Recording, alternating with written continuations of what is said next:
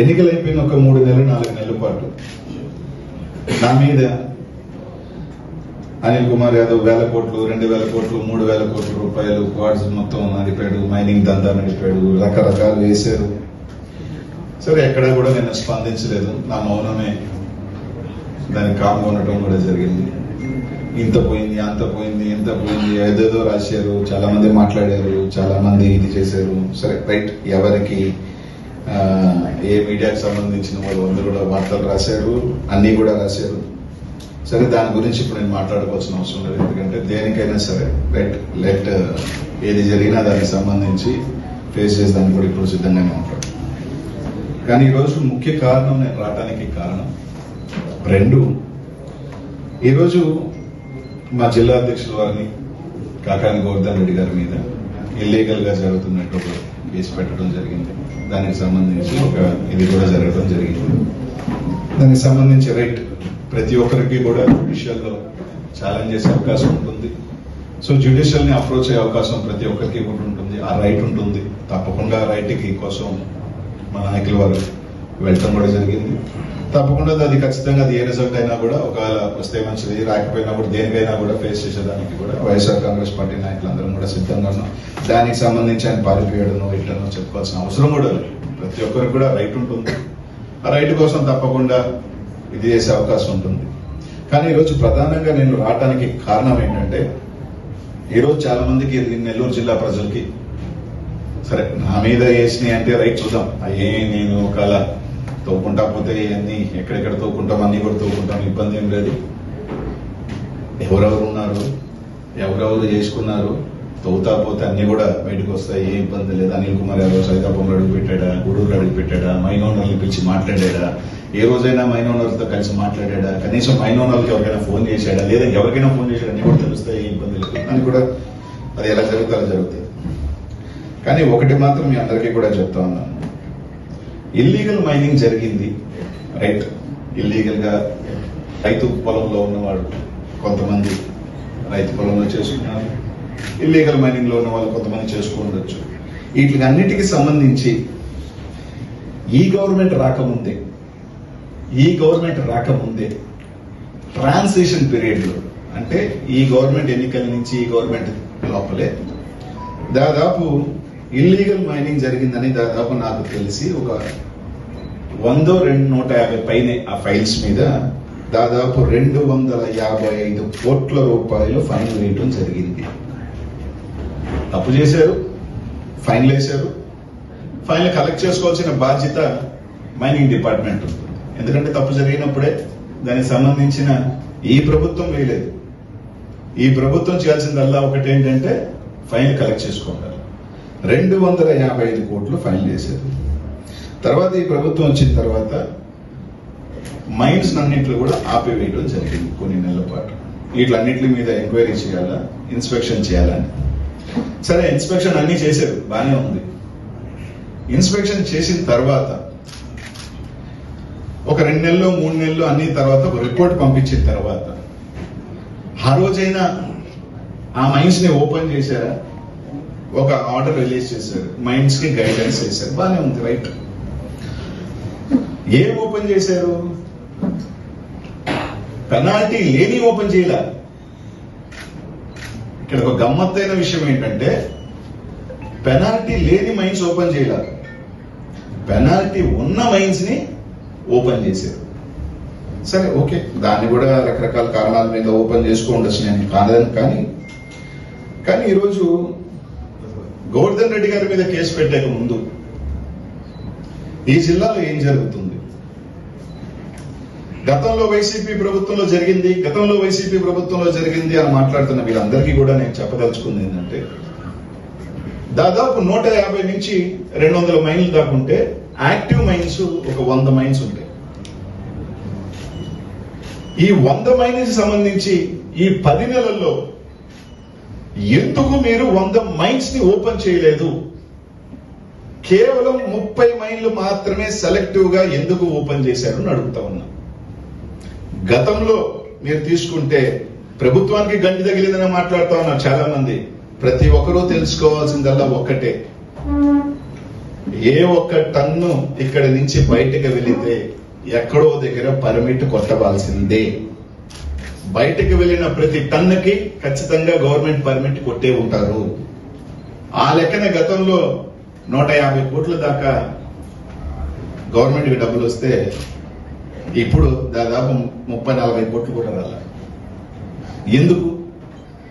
ఈరోజు నేను కాదు, ఇక్కడున్న పత్రికా విలేకరులు అందరూ కూడా పార్టీలకు అతీతంగా మీరు సైదాపురం, గూడూరుకి వెళ్ళండి. గతంలో మేము పుష్కలంగా ఉన్నామా, సంతోషంగా ఉన్నామా, ఎలా జరిగిందా, ఏం జరిగిందా, ఆ రైతు పొలంలో ఉన్నవాడు రాయెత్తుకొని వాడు కూతురు పెళ్లి చేసుకున్నాడా, వాడు అప్పు కట్టుకున్నాడా, వాళ్ళు ఇల్లు కట్టుకున్నాడా, సైదాపురంలో పండని పొలాలలో భగవంతుడి దేవుడు రాయకడితే బతికాడా? ఈ రోజు వందలాది మంది, వేలాది మంది కూలి పని చేసుకుని ప్రతిరోజు నిత్యం కలకల్లాడుతున్నారా? ఈ రోజు ఎంతమందికి పనుంది, ఎంతమంది రోడ్డు మీద పడ్డాడు, ఎంతమంది టిప్పర్ డ్రైవర్లు, మిషన్ డ్రైవర్లు పనులు లేక పరోక్షంగా ప్రత్యక్షంగా ఎన్ని వేల మంది రోడ్డును పడ్డారు 10 నెలల నుంచి అన్నది మీరు ఒక్కసారి మీరు పోయి చూడండి. ఈ రోజు నేను ఒకటి అడుగుతా ఉన్నా, ఒక 80 మైళ్ళ నుంచి 100 మైళ్ళు మీరు మూసివేస్తే, ఒక మైన్ మీద ఉదాహరణకి 100 మంది బతికితే, 100 మంది బతికితే ఆ 100 మైళ్ళ మీద 10,000 కుటుంబాలు రోడ్లు పడ్డాయి. ఆ 10,000 కుటుంబాలు 4 రూపాయలు సంపాదించుకుంటే, లారీలు తిరిగితే, టిప్పర్లు తిరిగితే దాని మీద బతుకుతున్న హోటల్లో, పెట్రోల్ బంకులు, లేదంటే ఆ లారీల మీద కిస్తీ కట్టుకోలేక ఎంతమంది వెహికల్స్ ఫైనాన్స్ వాళ్ళు ఎత్తుకెళ్లారో ఒక్కసారి మీరు ప్రాంతాలకు వెళ్తే తెలుస్తుంది. ఒకసారి మీరు వెళ్ళండి. ఊరికి బురద వేయటం, నింద వేయటం, పార్టీలు అక్కడికి వెళ్ళండి. తెలుగుదేశం పార్టీ, మీ పార్టీ వాళ్ళు కూడా ఉన్నారు, వైసీపీ వాళ్ళు కూడా ఉన్నారు. లీగల్ జరిగింది, వైసీపీ జరిగిందని ఒక్కసారి లెక్కేసుకోండి. ఆడున్న రైతు తెలుగుదేశం రైతు, వైసీపీ రైతు ఉన్నాడు, తెలుగుదేశం రైతు ఉన్నాడు, ఇంకో పార్టీ అంటే ఆ రైతులు కూడా ఉన్నారు. ఆ మైన్ ఓనర్లు చిన్న వాళ్ళు, అన్ని పార్టీలకు సంబంధించిన వాళ్ళు ఉన్నారు. అందరూ ఏదో వాళ్ళు దీనికోసమో తలా ఒక అడిగేసుకుని ముందుకు వెళ్ళి చేసుకున్నారు. నేను తప్ప ఒప్ప నాకు తెలియదు. అదన్నీ ఇక్కడ తప్పు ఒప్పులు నాకు ఎప్పుడప్పుడు ఏం కనిపించవు. కొండలు గ్రావెల్ ఎత్తుకెళ్ళిపోతా ఉంటారు కనీసం డబ్బులు కట్టకుండా, అది కరెక్ట్. ఇసుకెత్తుకు వెళ్ళిపోతా ఉంటారు టిప్పర్లు, అది కరెక్టే. అని ఎవరైనా ఒక రైతు ఎత్తుకెళ్ళి ఉంటే తప్పే, లీగల్ గా తప్పేనబ్బా. కానీ అనెతికల్ గా చూసుకున్నప్పుడు సరే అవన్నీ గురించి కూడా నేను మాట్లాడదలుచుకోవట్లేదన్నా. ఎందుకంటే ఈరోజు నేను ప్రధానంగా ఏంటంటే, ఈ జిల్లాలో కొన్ని పేపర్లు రాస్తా ఉన్నాయి. గత ప్రభుత్వంలో ఏ రోజు మైన్ ఓనర్లు కోర్టు ఎక్కల. సార్ మా మైన్లు ఓపెన్ చేయండి అని కోర్టుకు వెళ్ళారు. మైన్ ఓనర్ల కోర్టుకు వెళ్ళారన్న. కోర్టు ఏమిచ్చింది? జనవరిలో కోర్టుకు వెళ్తే ఫిబ్రవరి 10వ తేదీ కల్లా మీరు యాక్షన్ తీసుకొని ఏమన్నా ఉంటే ఓపెన్ చేయండి అంటే అదిగో ఇదిగో అన్నారు. లాస్ట్ కి మైన్ ఓనర్లు కంటెంప్ట్కి వెళ్ళారు.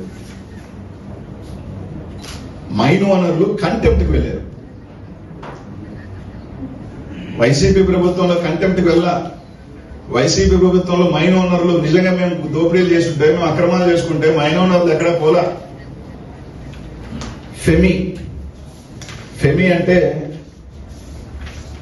ఒక mineral ethics association, federation of mineral industry, FIMI India సంబంధించిన వాళ్ళు ఒక లెటర్ రాశారు.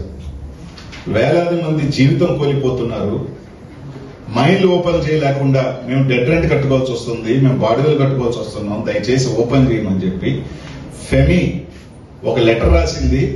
మైనింగ్ సెక్రటరీ కాంతారావు గారిని కలిశారు. ఇది కాకుండా ట్విట్టర్లో ఈ రాష్ట్ర ముఖ్యమంత్రిని ట్యాగ్ చేస్తూ రాసిన వార్తలు ఇవన్నీ కూడా ట్విట్టర్లో. ఈ రోజు మీరు పర్మిట్లు ఇవ్వటం లేకపోవటం వల్ల ఎంత నష్టం వచ్చింది, ఏ విధంగా మీరు మైనింగ్ సెక్టర్ ని ఇబ్బంది పెట్టి ఎంతో మంది జీవితాలు నష్టమైపోతున్నాయి అని చెప్పి ఈరోజు మీరు అన్ని కూడా ఫెమ్మి రాసిన లెటర్లు అయింది, ట్వీట్స్ ఇవన్నీ మీరు చూడండి అన్న. ఏది కూడా అనిల్ కుమార్ యాదవ్ ఒకరి మీద బురద చల్లే కార్యక్రమము, ఏడకొచ్చి ఇంకొకరి బురద చల్లే కార్యక్రమము నేను చేయట్లా. ఇది అన్ని కూడా రికార్డెడ్ ఎవిడెన్సెస్. ఇవన్నీ కూడా ఇదే కాకుండా మందాకృష్ణ గారు సంబంధించిన ఒక పోరాట మాదిగ రిజర్వేషన్ పోరాట సమితి వాళ్ళు నెల రోజుల క్రితం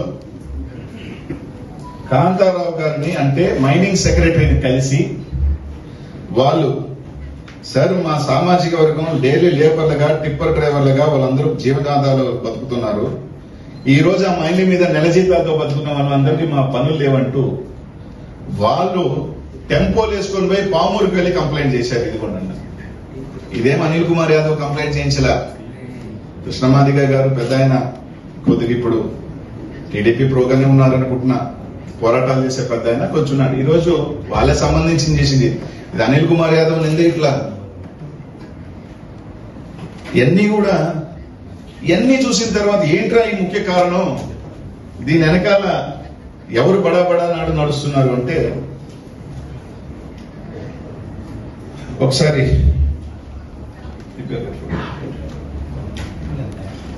నాకేమి ఎవరి మీద వ్యక్తిగతం లేదబ్బా, ఉన్న ఫ్యాక్ట్స్ ఏదైనా కానీ ఫోటో ఫోటో ఫోటో ఫోటో పైన సార్ నెల్లూరు ఎంపీ గారు వేమిరెడ్డి ప్రభాకర్ రెడ్డి గారు పెద్దలు, మా జిల్లా అంతా కూడా ఆయన్ని దానకర్ణులు రకరకాలు అంటుంటారు అనుకోండి, ఆయన పెద్దల్ని కలిశారు మైనింగ్ వాళ్ళందరూ.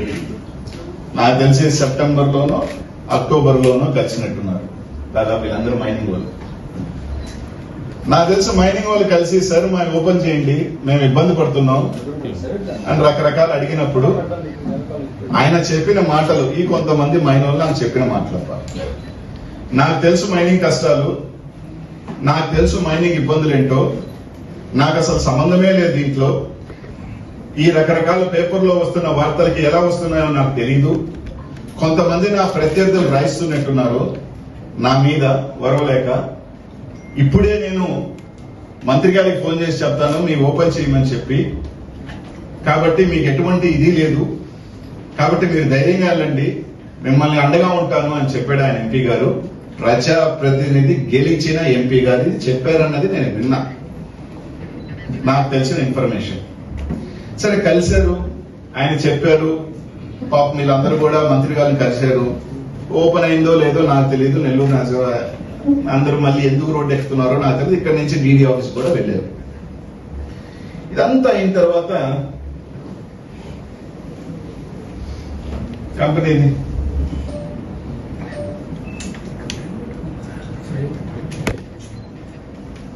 Lakshmi quartz sand private limited November 22వ తారీఖున ఈ కంపెనీ పెట్టారు. నాకు వ్యాపారం అంటే దీని మీద నాకు సంబంధం లేదు, నాకు మక్కువ లేదు, అసలు ఇదంటే నాకు తెలియదు, మీరు ధైర్యంగా పోండి ఓపెన్ చేసుకోమని చెప్పిన పెద్ద ఆయన ఆ కంపెనీలో ఒక డైరెక్టర్ వేమిరెడ్డి ప్రభాకర్ రెడ్డి గారు.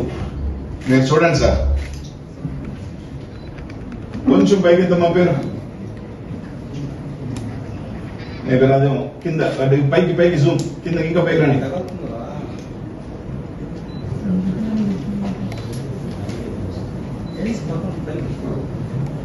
సర్లే రండి, అది కూడా చూసుకోండి కింద. వేమిరెడ్డి ప్రభాకర్ రెడ్డి గారు నాకు సంబంధం లేదని చెప్పిన వ్యక్తి, నాకు ఎల్లుంటే తెలియని వ్యక్తి, ఆయన ఒక కంపెనీ పెట్టారు. ఆ కంపెనీలో ఆయన డైరెక్టర్. ఇక్కడతో ఆగింది అనుకోట్లా. దాదాపు గతంలో 20 నుంచి 25 మంది ఎక్స్పోర్టర్లు ఉన్నారు. 25 నుంచి 25 మంది ఎక్స్పోర్టర్లు ఉన్నారు. ఈ రోజు ఎందుకు ఒక ఎక్స్పోర్టర్ లేడు? ఒకే ఒక ఎక్స్పోర్టర్ ఉన్నాడు. ఎవరు ఆ exporter? Lakshmi quartz private limited. అలా పైకి వెళ్ళు, పైకి పైకి పైకి ఇంకా కిందకి కిందకి కిందకి కిందకి. చూడండి అబ్బా, ఒకే ఒక కంపెనీ ఎక్స్పోర్ట్ చేసింది, లక్ష్మీ క్వార్ట్జ్ ప్రైవేట్ లిమిటెడ్. దీని తర్వాత ఏమనుకున్నారో ఏమో, ఒరే డైరెక్ట్ గా పేర్లు పెడితే ఇబ్బంది పడతారు అనుకున్నారేమో, ఇంకొక సిస్టర్ కంపెనీని ఓపెన్ చేశారు, ఫిని. పైకి ఫినీ లిమిటెడ్ అని ఒకటి ఓపెన్ చేశారు ఫినీ క్వార్ట్స్ పైకి. ఈ ఫినీ క్వార్ట్స్ లో విజయ్ కుమార్ రెడ్డి, ఈయన ఎవరో నేను చెప్పాల్సిన అవసరం లేదు, పత్రికా విలేకరులు అందరికీ తెలుసు ఆయన ఎవరింట్లో ఉంటాడో ఎప్పుడు ఉంటాడో అని. విజయ్ కుమార్ రెడ్డి ఎవరింట్లో ఉంటాడో, ఎవరి దగ్గర ఉంటాడో, ఎవరికి చాలా ముఖ్యస్తుడో నేను చెప్పాల్సిన అవసరం లేదన్నా మీ అందరూ ఎంక్వైరీ చేసుకోవచ్చు. మన్నెమాల విజయ్ కుమార్ రెడ్డి ఎవరు అనేది. అలాగే పైకి కిందకి తీరా చూస్తే మళ్ళీ ఎవరు ఎక్స్పోర్ట్ చేశారు అంటే ఒకే ఒకరు ఎక్స్పోర్ట్ చేశారు, అది ఫినీ క్వార్ట్స్.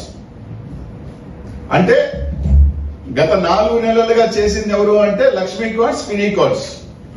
వీళ్ళ తప్ప ఎందుకు ఇంకొక ఎక్స్పోర్టర్ చేయలేకపోయాడు? ఎందుకు మైన్స్ ఓపెన్ కావట్లేదు?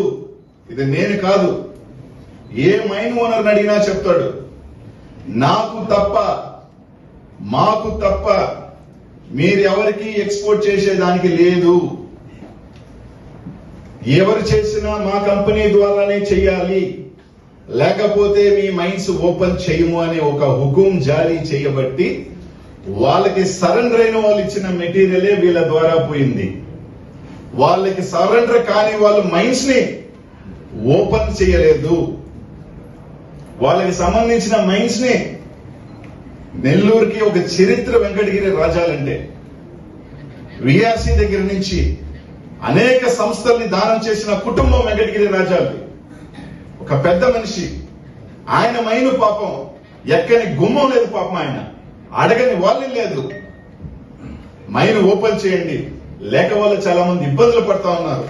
మేము కావాలంటే 10 నెలలు కాబట్టి 2 సంవత్సరాలు కాబట్టి ఖాళీ ఉండగలుగుతాం, కానీ మా మైన్ మీద బతికే కూలీలు పని వాళ్ళు ఇబ్బంది పడుతున్నారని అడగని ఇది లేదు పాపం. వెంకటగిరి రాజాలకు సంబంధించిన ఇదే మీరు ఇచ్చే గౌరవం. సరే, ఆయన ఎవరిని కలిసినప్పుడు ఏం జరిగింది అవన్నీ నేను మాట్లాడదలుచుకోవట్లేదు, ఎందుకంటే ఇది పర్సనల్స్.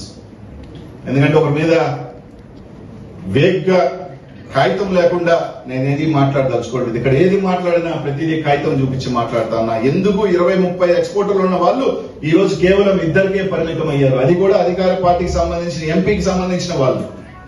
ఇది కాదా వాస్తవం? కోర్టుకు వెళ్లాల్సిన అవసరం ఏమొచ్చింది? రోడ్డు తిరగాల్సిన అవసరం ఏమొచ్చింది? గతంలో అనిల్ కుమార్ యాదవ్ మీద చేశాడు అంటాడు. ఏ ఒక్క మైన్ ఓనర్ దగ్గర కన్నా వెళ్ళి అనిల్ కుమార్ యాదవ్ వల్ల మీరు ఇబ్బంది పడ్డారా, అనిల్ కుమార్ యాదవ్ మిమ్మల్ని ఇబ్బంది పెట్టాడా అని ఒక్క మైన్ ఓనర్ని చెప్పమనండి. ఇది జరుగుతున్నదల్లా నగ్న సత్యం కాదా అని అడుగుతా ఉన్నానన్న. ఇన్ని మాట్లాడుతున్నారు మీరు, ఒక పక్క కేసు కట్టి మీరు సత్యహరిశ్చంద్రులను మాట్లాడుతున్న మీరు, ఇంకా కూడా చాలా మంది ఇక్కడ తాగలేదు. ఇది మీరు అందరూ చూస్తున్నారు.